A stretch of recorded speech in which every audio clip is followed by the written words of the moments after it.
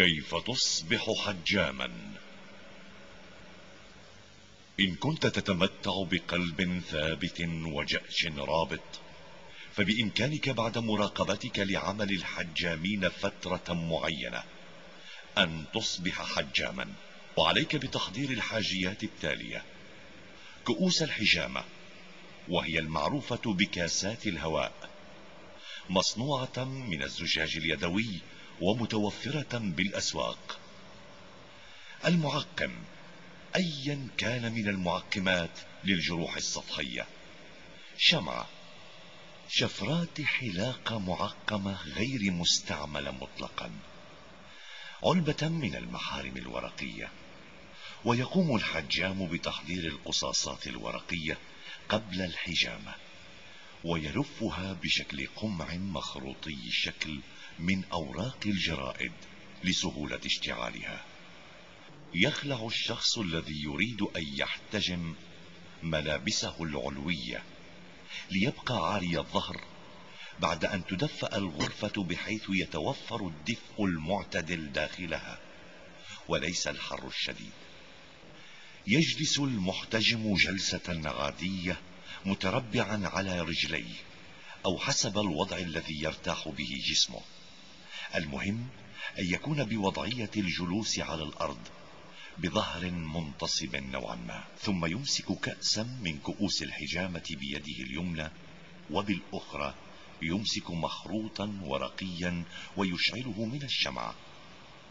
ولما يصبح بأوج اشتعاله يدخله بسرعة داخل الكأس، وبخفة وسرعة يثبت الكأس بمنطقة الكاهل بأحد الموضعين اليميني أو اليساري. يمسك الحجام كأسا آخر وبنفس الطريقة يثبته بالموضع النظير للكأس الأول، ويجب أن يتأكد من قوة تثبيت الكأسين على الجسم وقوة شدهما للجلد. فإن لم يكن قويا يعيد تثبيت الكأس الضعيف الشد. ينتظر الحجام 2 إلى 4 دقائق على الكأسين المثبتين على جسم المحجوم، ثم ينزع الأول منهما ويفرغه من بقايا الورقة المحروقة، ويعيد تثبيته بإشعال مخروط ورقي جديد. وينزع الآخر بعد أن ثبت الأول ليعيد تثبيته ثانية وبسرعة قدر الإمكان لكي لا يذهب الدم المحتقن.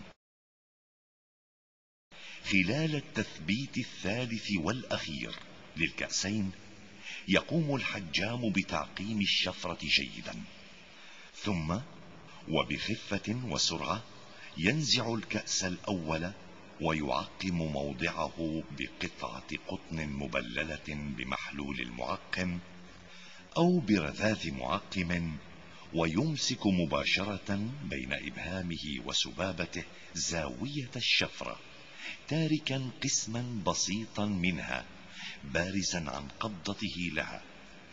ويشرط الجلد عدة شرطات سطحية مبتعدا قليلا عن التشريطة السابقة، وذلك من الأعلى إلى الأسفل، مسميا بالله، ولدى انتهائه من التشريط للموضع الأول يعود ويثبت الكأس بهذا الموضع بخفة وإتقان.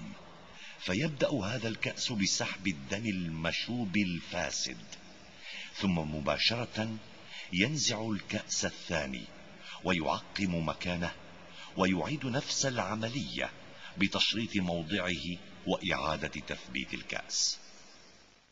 ويجب أن ننبه هنا إلى عدم استعمال الشفرة لأكثر من شخص واحد حصرا. ينتظر الحجام ريثما يمتلئ الكأسان امتلاء متوسطا، فينزع المليء منهما ويفرغه بوعاء مسبق الإعداد للنفايات، ويعيد تثبيت الكأس بسرعة وخفة، ثم ينزع الآخر ويفرغه أيضا ويعيد تثبيته بدون أي تشريط ثان. ويكتفي المحتجم للمرة الأولى ب4 كؤوس من هذا الدم الفاسد، كأسين من الموضع اليميني وآخرين من الموضع اليساري، إلا إذا كان يعاني من أمراض قوية عدا فقر الدم، فنأخذ منه كأسين آخرين، ويصبح المجموع 6 كؤوس على طرفي الكاهل.